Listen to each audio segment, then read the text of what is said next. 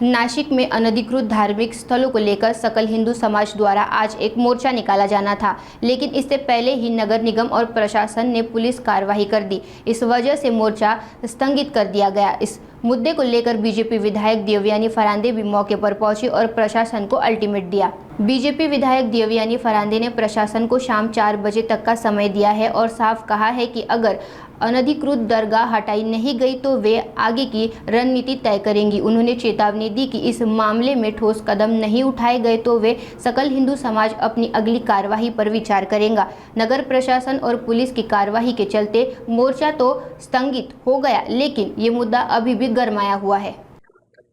Police प्रशासन त्यांचं काम करत असेल, परंतु पोलीस प्रशासनाने पूर्णतः बंदोबस्त लावावा, पूर्ण बंदोबस्त नाशिक महानगरपालिकेला द्यावा। सकाळी 7 वाजता नाशिक महानगरपालिकेने अतिक्रमण काही प्रमाणामध्ये तिथलं काढलंय, परंतु स्थानिक नागरिकांचं त्या बाबतीमध्ये अजून समाधान झालेलं नाहीये।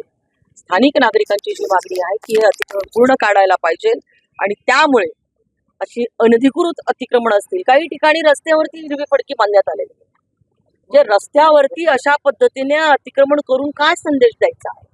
जे ज्या भागामध्ये एखाद्या जर कोणी 2 व्हीलर जर रस्त्यामध्ये लावली तर त्यांच्यावरती दंड केले जातात, त्यांच्यावरती कारवाई केली जाते आणि वर्षानुवर्ष पोलीस स्टेशनच्या अतिशय जवळ हद्दीमध्ये अशा पद्धतीने भर रस्त्यामध्ये, तर मी उदाहरण देईल तुम्हाला अकबर रोडवरचं, की त्या ठिकाणी नानावलीच्या पुढे रस्त्यावरती अशा पद्धतीचं हिरवं फडकं जे आहे हे लावण्यात आलेलं आहे आणि हा सगळ्या ज्या भावना ज्या आहेत त्या हिंदूंच्या दुखवण्याचं काम याच्यामधलं चालू आहे। त्यामुळे मला असं वाटतंय की हा 2 समाजामधला संघर्ष जर मिटवायचा असेल आणि तो वाढवायचा नसेल, हिंदूंच्या भावना ज्या आहेत ह्या दुखवायच्या नसतील, तर प्रशासनाने ह्याच्यावरती कडक कारवाई करायला हवी। तुम्ही म्हणालात की पूर्ण काम महापालिकेने केले नाही, आता काय काम झाले, तुम्हाला काय अपेक्षित आहे? त्या ठिकाणी जे काही अजून बांधकाम आतमध्ये राहिलेलं आहे ते बांधकाम जे आहे हे नाशिक महानगरपालिकेने काढायला पाहिजे। येऊन गेलेले होते, त्यांचं म्हणणं आहे की जो अतिकृत बांधकाम होतं गेटचं वगैरे ते काढलेलं, परंतु आतमधलं जे होतं बांधकाम दर्गा असेल किंवा काय, तर ते अधिकृत आहे असं त्यांचा दावा आहे। हे अधिकृत आहे, वक्फ मधनं जायचं आणि त्याच्यातनं काही पेपर्स बनवून आणायचे, तर हे देखील त्या भागातील नागरिकांवरती एक मोठा अन्यायच आहे आणि वक्फ बोर्डाचा बडगा दाखवायचा आणि अशा पद्धतीने अतिक्रमण करायची, हे अत्यंत चुकीचं चाललेलं आहे। या देशामध्ये वक्फ बोर्डावरती देखील आता अभ्यास चालू आहे आणि संसदेमध्ये त्याच्यामध्ये सुधारणा देखील केल्या जात आहे।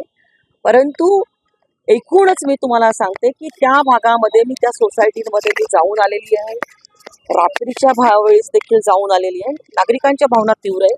मी नागरिकांच्या तुम्ही इथे कशासाठी आला? मी नागरिकांच्या सोबतच रस्त्यावरती उतरलेली आहे।